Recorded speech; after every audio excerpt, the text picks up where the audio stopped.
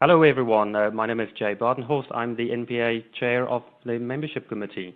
My role in Whitworth Chemist is also a superintendent pharmacist and also managing director. We've got 35 pharmacies in the north of England, and like you guys, we face many problems and especially squeeze on margin these days. So today's webinar is going to follow on the first one, and remember this is the second one in a series of 8, and we would really encourage you to look at all of them, and you can dial in and out of them as and when you would like to. They'll all be available on the NPO website. So in today's webinar, we're going to explore margin and also help you understand it a little better and also see how it impacts on your business. So what we're going to look at tonight is the different categories in the drug tariff, what it means for you, and also how it influences the margin. We're also going to look at a very hot topic at the moment called branded generics, see how that affects you, and also some options around branded generics and what you can do locally.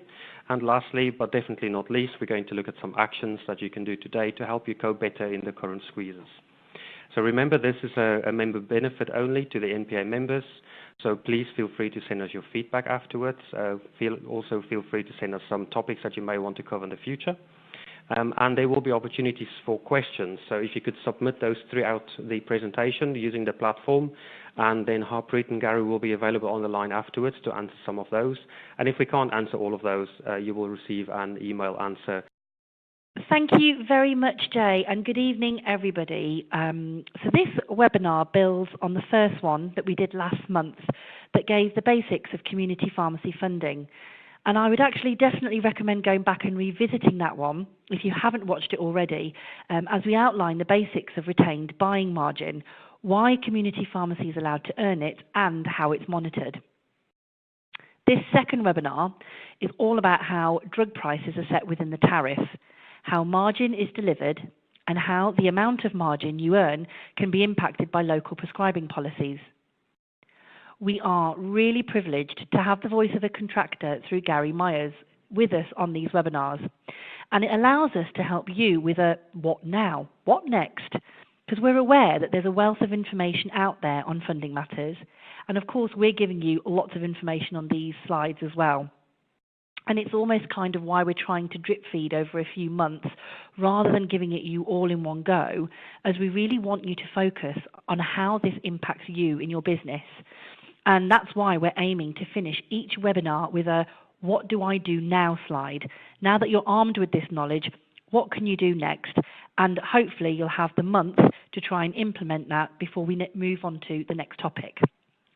We're really hoping that you'll find this useful, and we would welcome any feedback that you have on the series so far. So, without further ado, let's get straight into the meat of the presentation this evening.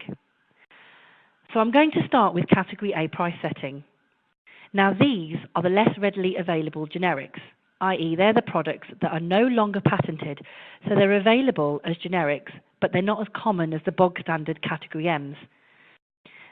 There are criteria that must be met before a drug gets put into Category M, and PSNC and DHSC manage that process. Now, most of the time, we hear a lot about Category M, as that's the mechanism through which funding is delivered.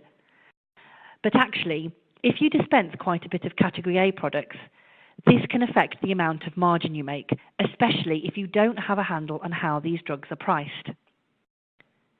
So we see the words indicative pricing when we talk about the tariff all the time, yet it's never really clear why. Well, with Category A products, there are two reasons. Firstly, the prices of these drugs can change up until the 8th of the month as they come under the price change mechanism. And I'll cover that in a later slide. Secondly, because they are priced based on a weighted average, using the price for all packs for that drug up to 120 doses from the 2 main wholesalers and 2 main generic factors, with the wholesalers having a weighting of 2 and the manufacturers having a weighting of 1. Therefore, more onus is given to the wholesale price. What this basically means is that the total average price for a Category A product is taken using all the prices available from as many of these 4 suppliers as possible, using the price lists for that month, and this is why they're indicative until these prices can be calculated by the end of the month. If we take you through an example, if a drug is priced at £5 at the wholesaler and £4 at one of the manufacturers, then the total average price would be calculated as follows. As you can see, the wholesalers have more of a weighting in the final price, and that's more than the manufacturer price. And so the total average price is £4.80, and it's this price that you need to negotiate with your supplier. The price published in the tariff is a guide price only, and you should always try to negotiate the best price for these generics, as well as the bog standard Cat-M products. Otherwise, if you're dispensing lots of these Category A products, you will see that impact on your bottom line directly. Category C, again, is a different kettle of fish. So with Cat C products, these are usually products that are not readily available as a generic, and where the tariff listed price is based on one specific reference product, usually a particular brand. There are a few products in Cat C that are based on a manufacturer or a supplier, but these really are limited. And again, these prices are indicative because they're subject to the price change mechanism. Now, I've mentioned that twice, so I just want to take us through what exactly is the price change mechanism. So as we know, the prices of medicines can vary rapidly, even from day to day, and yet the drug tariff is published only once a month. Reimbursement price changes in the tariff are subject to two different mechanisms, depending on whether they're a generic or a brand. So, if we take generics first, so for any non-proprietary generic product listed in Cat A or Cat C, any price change by the supplier up to and including the 8th of the month takes effect for prescriptions dispensed in that same month. Any price change after the 8th of the month takes place in the following month. So by example, if the manufacturer's list price changed on the 4th of April, the new reimbursement price would apply to prescriptions dispensed in April. However, if the price changed on the 11th of April, the new price would apply to prescriptions dispensed in May. It's slightly different for branded products.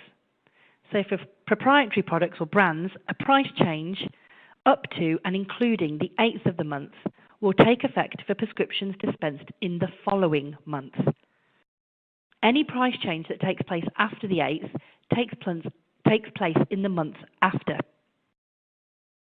So, again, by example, if the manufacturer's list price changed on the 4th of April, the new reimbursement price would apply to prescriptions dispensed in May. If the price changed on the 11th of April, the new price would apply to prescriptions dispensed in June. So there is a little bit of a lag there. If you'd like more details on the price change mechanism, you can visit the PSNC website at the link provided on the bottom.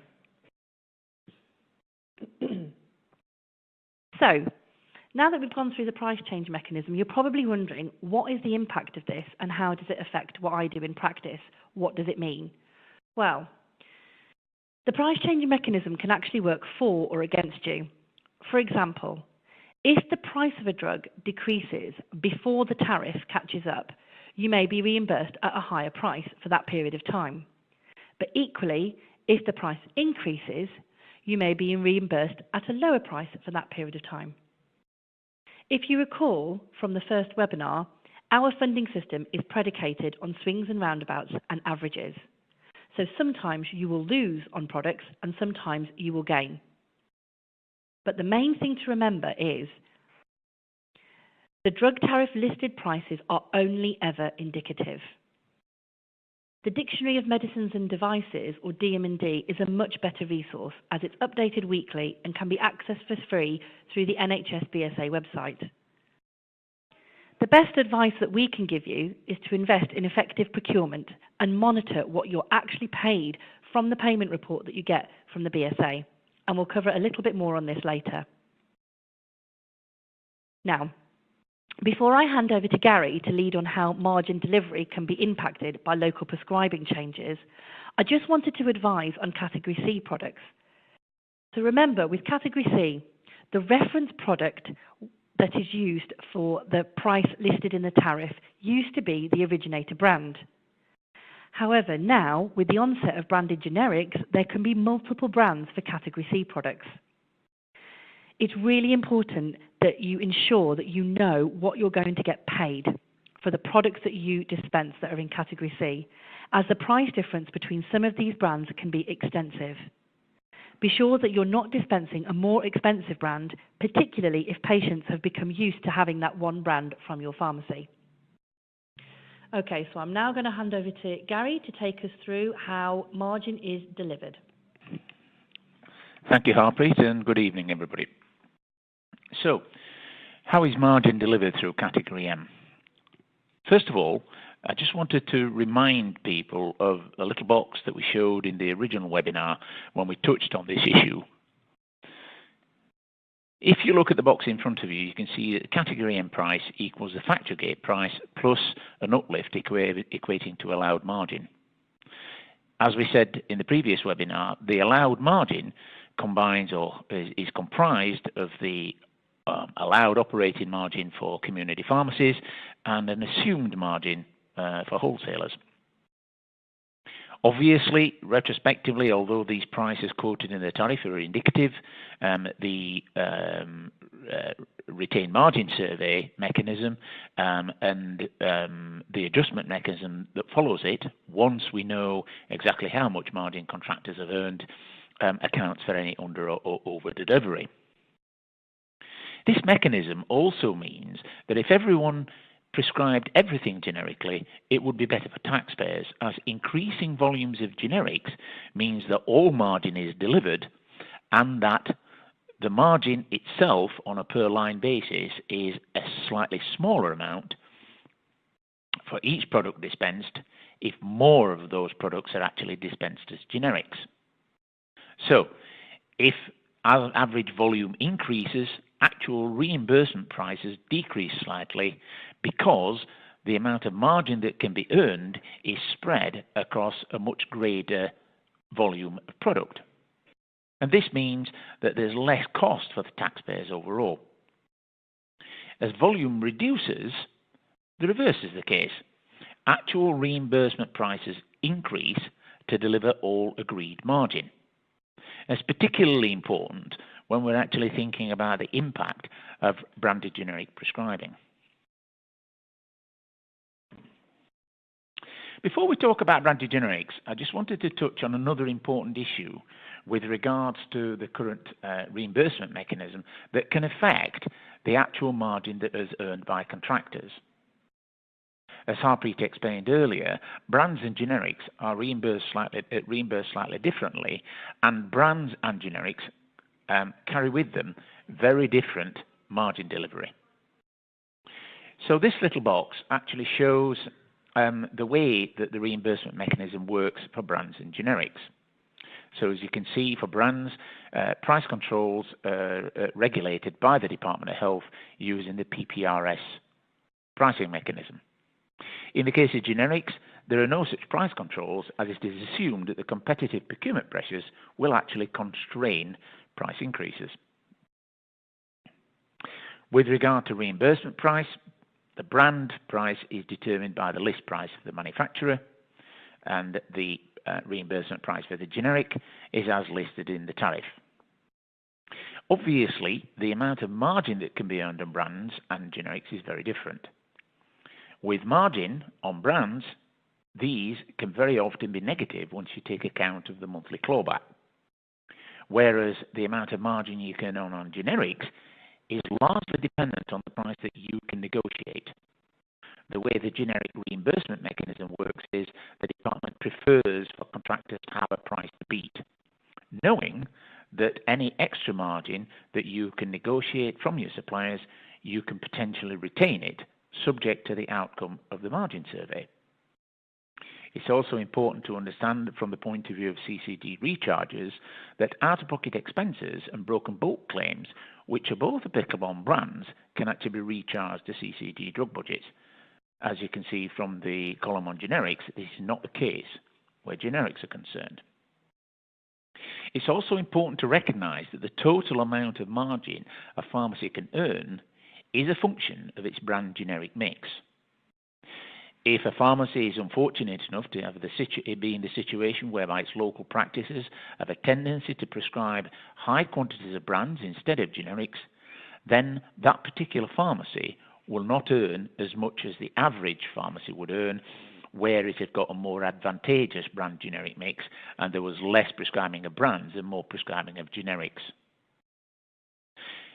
This is something that can affect pharmacy contractors and is completely beyond their control, and if I may say so, is also a fundamental flaw in the current system. So moving on to the next slide, why are branded generics not cheaper for the NHS? First of all, what is a branded generic? A branded generic is a drug that is off patent but is marketed as a brand. It is, however, not the brand originator.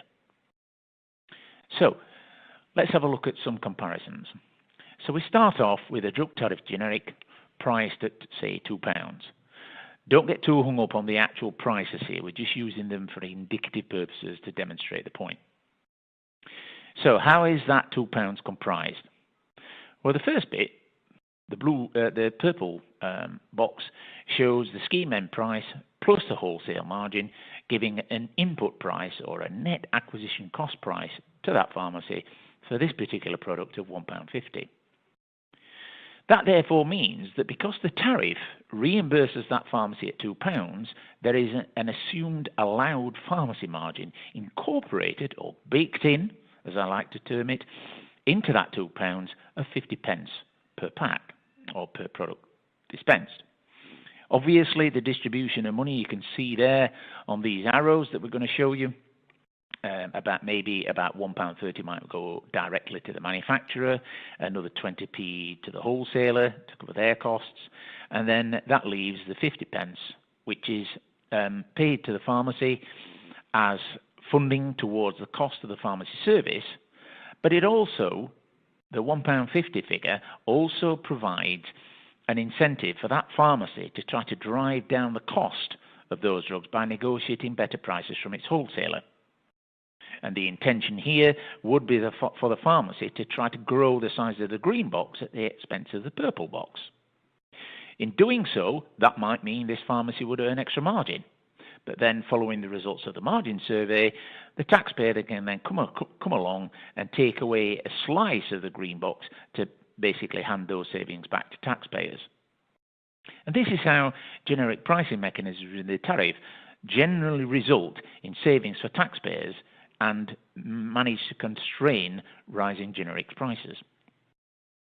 Okay, by comparison, if you take an example of a branded generic, the manufacturer's cost price may be the same at £1.50.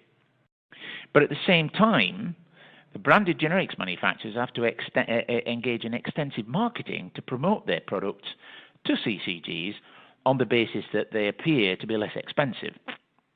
So in this particular instance, we're showing a branded generic price there of £1.75, showing a saving to the CCG drug budget of around 25p, for example. Now, in this particular instance, as we said earlier, with brand pricing, because margins are generally either non-existent or negative, all of that money goes straight to the manufacturer, and there is no green allowed pharmacy margin on that particular product.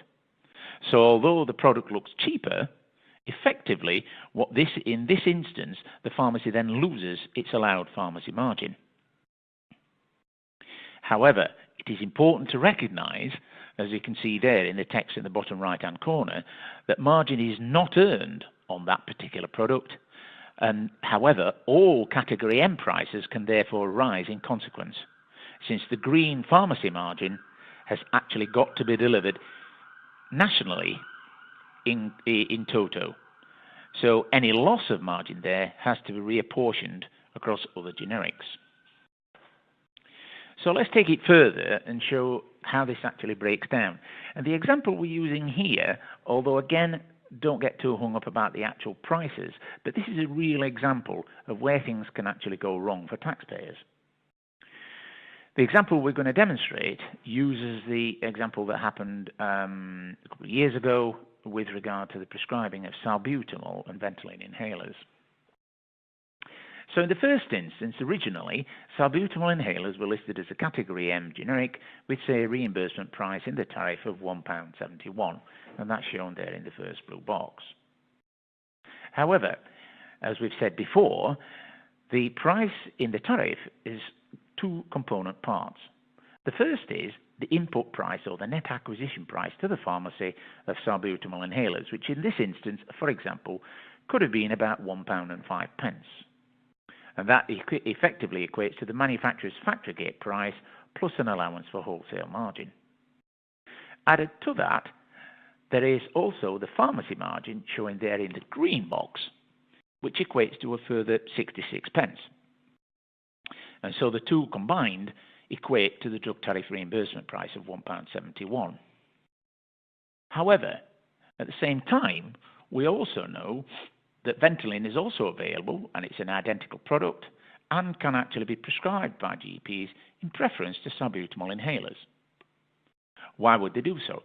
Well, in this particular instance, the Ventolin has a net reimbursement or recharge price to the CCG drug budget of £1.35. In this particular instance, the perceived CCG saving against its drug budget equates to the difference between £1.35 and £1.71. So the medicines management teams would argue that this represents a saving to them of 36 pence. Okay. However, in this particular instance, what we then crystallize is effectively a net loss for taxpayers. And the reason for that is when you're actually comparing the cost to taxpayers, you have to exclude agreed pharmacy margin, since that is a fixed amount which must be delivered as part of the pharmacy contract global sum. So if pharmacy margin is excluded, since that has to be delivered anyway on a potentially smaller volume of product, if too much prescribing of Ventolin takes place, then effectively the net price to the taxpayer, excluding pharmacy margin, is £1.05 versus £1.35. That therefore means that taxpayers are actually paying 30 pence more per inhaler than would otherwise be the case were the GP to prescribe salbutamol. It's also the case that the margin loss in this particular instance, now shown in the red box, effectively the 66 pence per inhaler, has then got to be redistributed as margin on other Category M generics. Okay, so what is the net effect? Well, in this particular instance, eventually salbutamol inhalers were taken out of Category M altogether, and they re-entered the tariff in Category C, priced as Ventolin. At the same time, unearned margin on salbutamol inhalers was redistributed across all other Category M generics, causing an uplift in all Category M prices overall to ensure that all of the green 66 pence margin loss was paid to contractors through the global sum funding mechanism. This then means that overall taxpayers were paying more for salbutamol inhalers as they are now priced on the basis of Ventolin. So, once we understand this, this is the basis of PSNC, NPAs and contractors' arguments against widespread branded generic prescribing.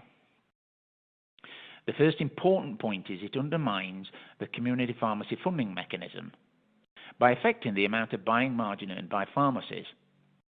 Now, the buying margin is given as an incentive to drive down drug prices to the NHS overall, as we've stated before, but it is also important in that it funds all the other services that community pharmacies provide above and beyond the core dispensing service, such as, for example, support for self-care. Any unearned margin is redistributed as I've just said, through category M price increases on other generics. And this has the net impact of penalising those CCGs who do not try to manipulate the system. So, for example, two CCGs, CCG A decides it's actually going to prescribe Ventolin inhalers. It makes a saving against its drug budget, and CCG B, that continues to prescribe salbutamol, pays more for its generics, having not realised the saving on Ventolin. Competition in the market due to branded generics can actually, in some instances, precipitate generic suppliers to pull out of manufacturing particular generics because of the increasing cost of that drug to the NHS, creating an increased cost of that drug overall to the NHS. In addition, we've also got medicines prices which can fluctuate, so wide-scale switching programs can create losses going forwards. And there was an interesting example of this some time ago involving the generic form of desogestrel, which was widely prescribed by brand, by CCGs, and then at some point later, the generic reimbursement price of desogestrel started to fall, which meant that CCGs then had to consider switching back to desogestrel in order to avoid creating losses. It's also the case sometimes that brand generic companies might not always be able to guarantee availability and supply. And this could be a problem if large-scale switching occurs in multiple areas. As we said earlier, due to the difference in reimbursement mechanism for brands and generics, brands do attract out-of-pocket expenses and broken bulk provisions, which widely available generics do not. And these costs, these extra costs incurred by pharmacies in sourcing such brands, can actually be recharged to the CCG drug budget. Obviously, prescribing changes of any sort can result in undermining of funding delivered to local community pharmacies. We talked earlier about the increasing use of branded generics and how that can undermine the pharmacy funding mechanism. But at the same time, we are also aware in some instances of pressure due to time pressures on practices to increase the period of treatment and therefore reduce prescription volume. This doesn't actually save money overall for the reasons we explained in the first webinar. It simply penalises pharmacies locally and makes it more difficult for them to provide the services that are covered for and paid for as part of the essential services in the contract framework. As I said, this includes, for example, as I've said earlier, support for self-care. CCG teams also trying to beat Category C reference product prices by prescribing a cheaper and usually difficult to source brand, obviously again can create a situation whereby pharmacies actually lose margin and therefore undermining the contract funding mechanism.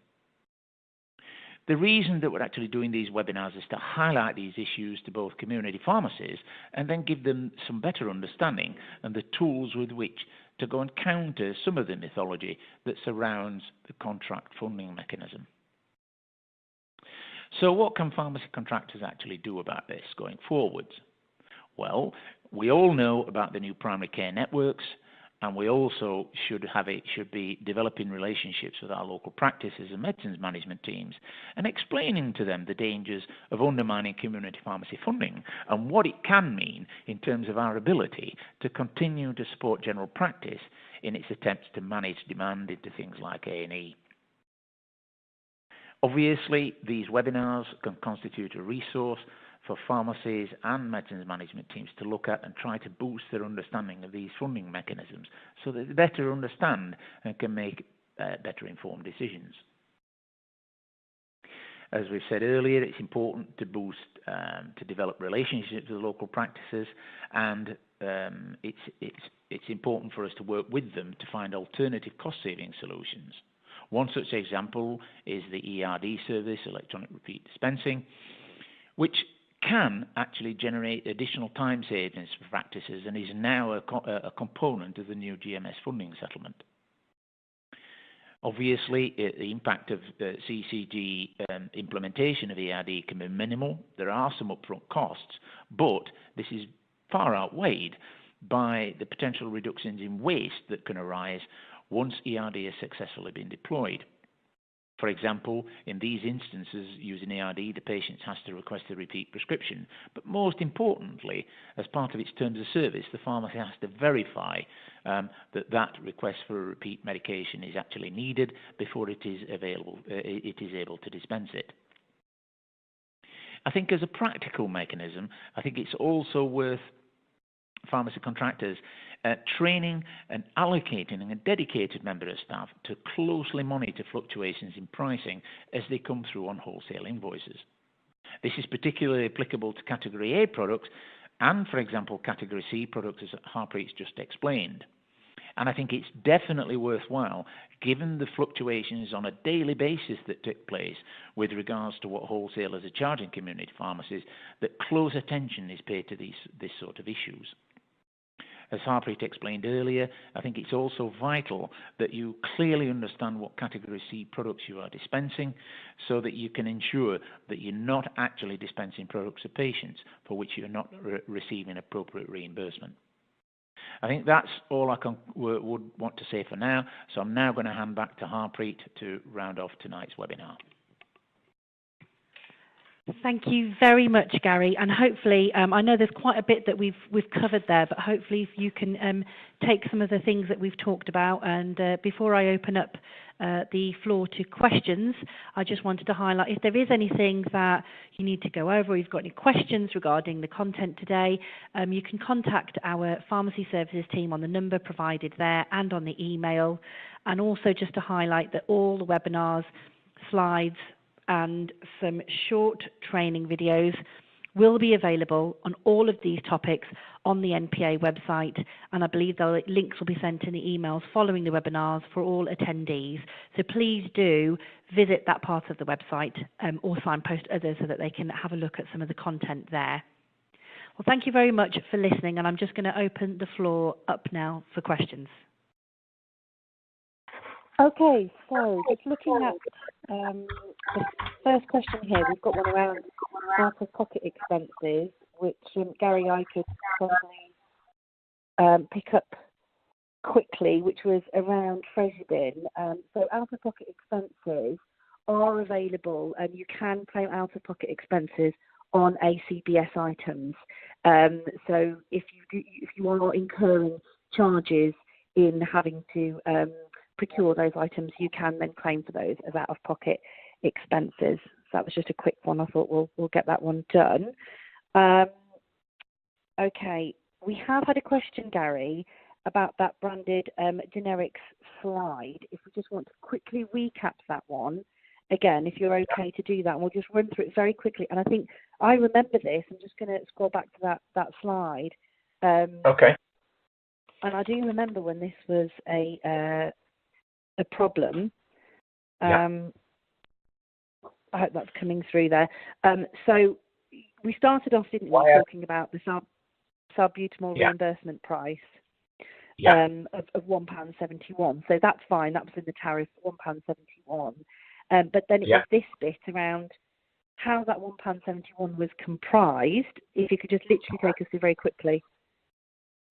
Okay, can you bring that slide up? I can't actually see it on here. I can see the one. Are we talking about the one with the two bar charts or the salbutamol one?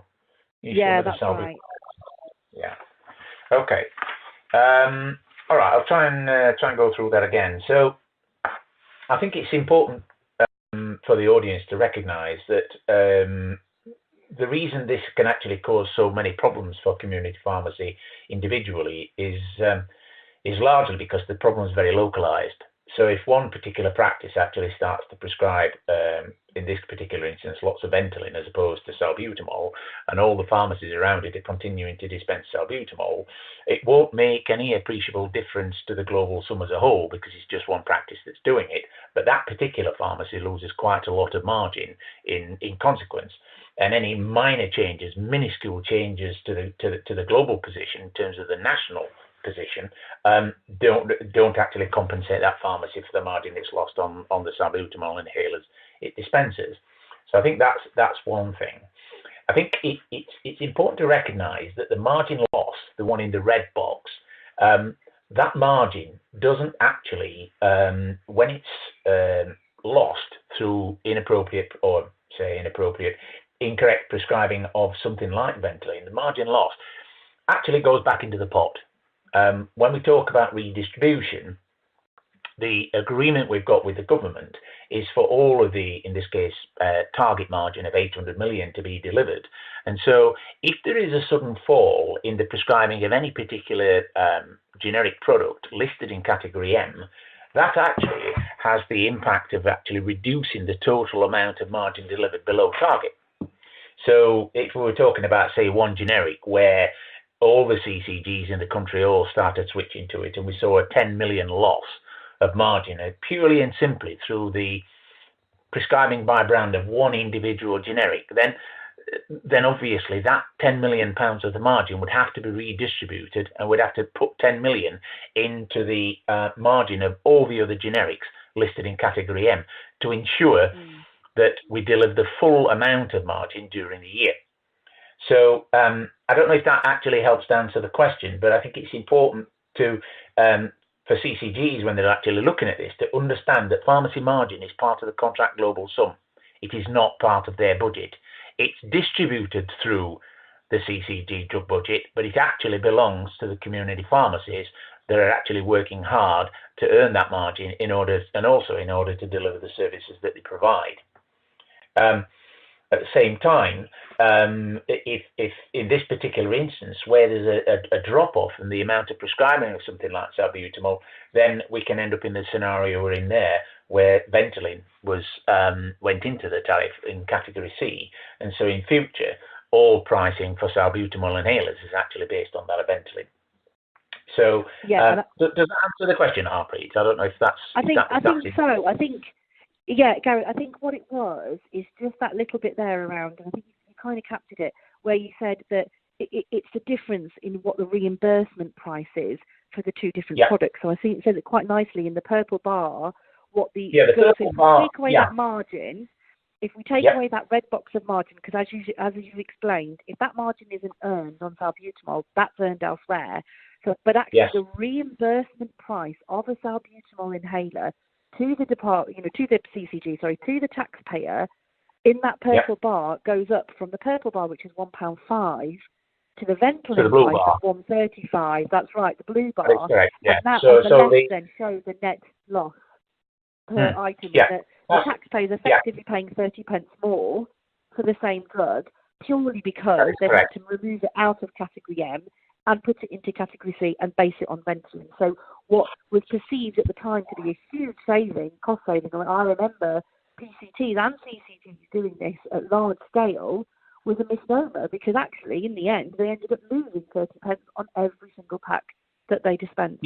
That was dispensed. But not only that, but this effect can also occur even if the volume of product doesn't actually fall sufficiently for it to leave category M. So if, for example, we had, say, 20 or 25% of CCGs targeting a particular category and product in order to generate savings for their drug budget, that would still have the same effect. It would still reduce the volume and therefore the margin delivered on those category M generics which have been switched to the brand.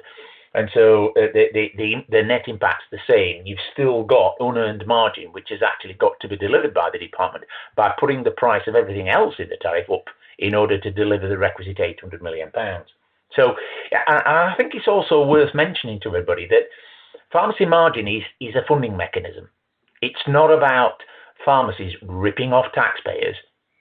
This is a mechanism that has been developed over many years, and the net impact of it has actually been to drive down generic prices, not raise them.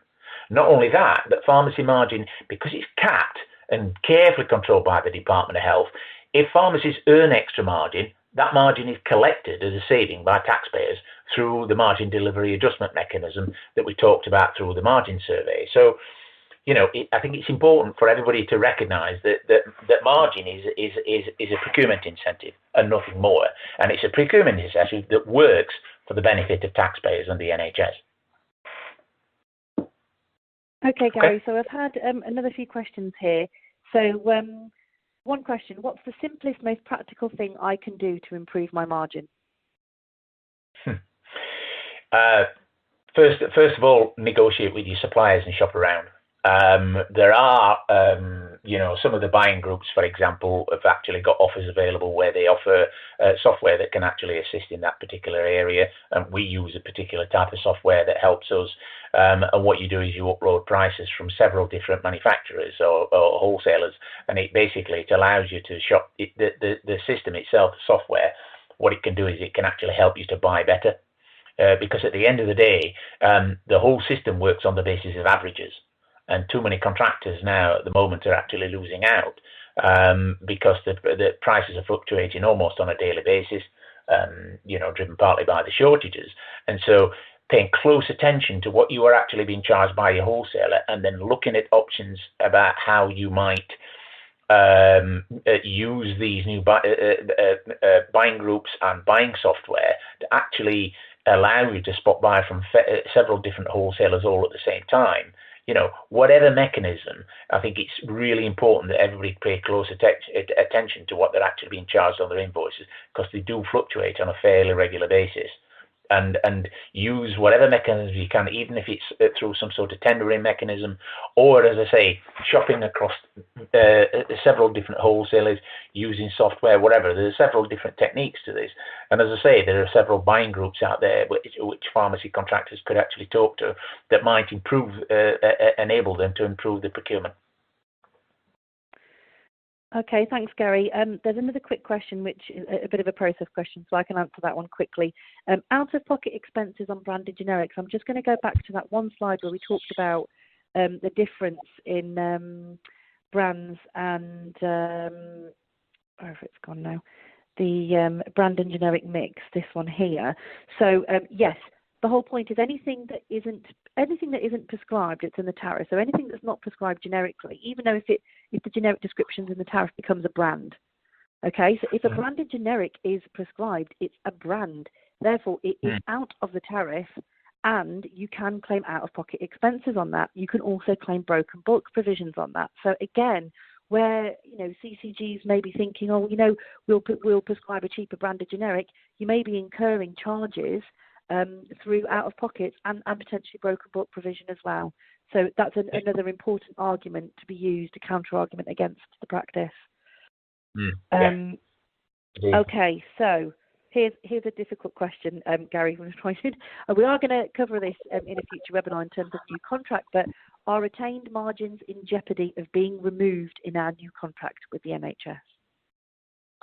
Well, I can't, obviously, as a member of the PSNC's negotiating team, I can't comment on whatever future negotiations there might be with regard to margin.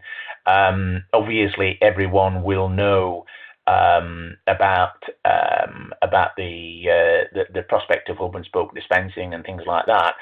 And any model which radically changes the way that pharmacies procure, etc., will actually call into, will need some assessment of the current funding mechanism and whether or not it's fit for purpose going forwards. I mean, it would be inappropriate for me to speculate on that, but it's self-evidently any kind of hub and spoke model does beg the question as to what happens to pharmacy procurement margin. Okay, thank you, Gary. And we've had a couple of questions actually on a similar vein around if the margin mechanism's not understood, why isn't TSNC or NPA or LPC speaking to GPs and CCGs locally and making them stop this practice? Well, as I indicated earlier, brand generic mix is something that is a function of the whim of the local GPs. I've long believed, and this is a personal opinion, that this impacts through no fault of pharmacy's own, whereby some pharmacies actually are winners and some are losers in the context of things like brand generic mix, which has got nothing at all to do with the quality of patient care we provide, I think is a problem, and it's something that obviously we need to look very closely at. I think it is difficult for pharmacies where there's excessive or way above average prescribing of brands compared to generics. But the key opportunity here is for us as individual community pharmacies to actually talk to the new primary care networks in order to discuss, the impact of some of these changes. So that we can influence decision making locally in the hope of actually being able to change thinking around some of these issues. Because the margin delivery mechanism is something that is very, very poorly understood by pharmacy contractors, GPs, and medicines management teams. They don't really understand the impact of this on community pharmacies because what they see is what's in their drug budget. And as I say, as I've just said, I think it is a fundamental flaw in the system that does need to be looked at. But I think it is up to pharmacies to try to help themselves in order to talk to local practices and actually make the case for fresh thinking around these sorts of issues. Yeah, and I think even from my own experience on this, Gary, there is definitely variation in the understanding of some local teams versus others. Some local CCG teams generally tend to understand what branded generic is and they just don't engage in the practice. And there are others that just really don't understand why it actually undermines our funding. So I do agree with you there. It is something that can be potentially picked up or should be picked up locally by both pharmacies and LPCs. Okay, so we're just coming up to kind of our finish time, but one of the things we've got here is around and I think this is a question around lag, really. So when the drug tariff price goes up, the suppliers then also increase their prices in the market accordingly, so that the pharmacy cannot make the margin that should have been made on those products. How can the NHS expect pharmacy to make that right margin? So I think this is probably something that we answered in the first webinar, but I don't know if you want to just quickly pick up on that. Yeah, it's what some of us have actually called the reverse regulatory lag. And again, there's no easy solution to this other than to radically overhaul the system. But essentially, what that questioner is saying is, in a rising market where generics prices are constantly rising, it takes 3 to 6 months for the indicative pricing mechanism within the tariff to catch up. Contractors are always running behind the curve. Historically, when generic prices were actually falling, it obviously meant that contractors were actually generating income, which would be clawed back later as the NHS pricing mechanism, the margin survey outturn, caught up with that. In this scenario, the whole situation works in reverse, and there's absolutely no doubt that what this mechanism does is actually places additional cash flow pressure on contractors, because manufacturers are putting and wholesalers putting their prices up in real time under pressure from things like FMD, etc. If it takes 3 to 6 months for the category M prices to increase as a result of rising factor gate prices, for example, then it will take a while for those to feed through into category M prices.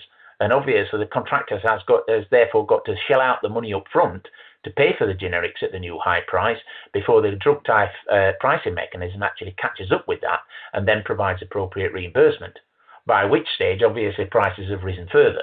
So you've got a vicious upward circle where prices are rising all the time and pharmacies are constantly being under-remunerated based on the pricing in real time.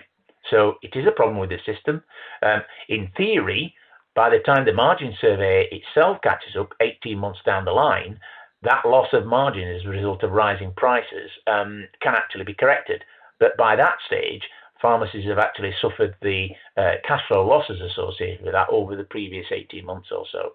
So and again, in a rising generics market, by that stage, when the margin survey position actually catches up, by that stage prices could even have risen even further, in which case any adjustment obviously it only plugs the gap historically. It doesn't actually deal with what's happening going forwards. So it's a real problem. It's a real problem. Okay, thank you ever so much for that, Gary. We have had a few comments around price concessions and questions around price concessions, and actually that's going to be our next webinar. So rather than answer those here, I'm proposing that that will be covered in the content of the next webinar, which is around shortages, price concessions and how to maximise procurement, and we'll also pick up margin and around price concession lines in that one as well. We do really appreciate your feedback. There will be a little feedback box that pops up at the end of this. If there is anything that you think we haven't covered or any information that you would require, please do fill out that feedback box and let us know. We are posting recordings not only of the webinars, but we're also doing little short 2-3 minute videos on some of the graphic slides. So in this particular presentation, it will be around those branded generics. So if you wanted to signpost anyone in your local teams, your LPCs, your CCGs, to some of the content here, you're more than welcome to do that, and the links will be sent out in the follow-up email after following this webinar. And I just wanted to take the opportunity, Gary, to thank you again for your time this evening, and I'm hoping that our audience has taken some real learnings away from this webinar this evening. So thank you. Thank you very much, everybody. Good evening. Good evening.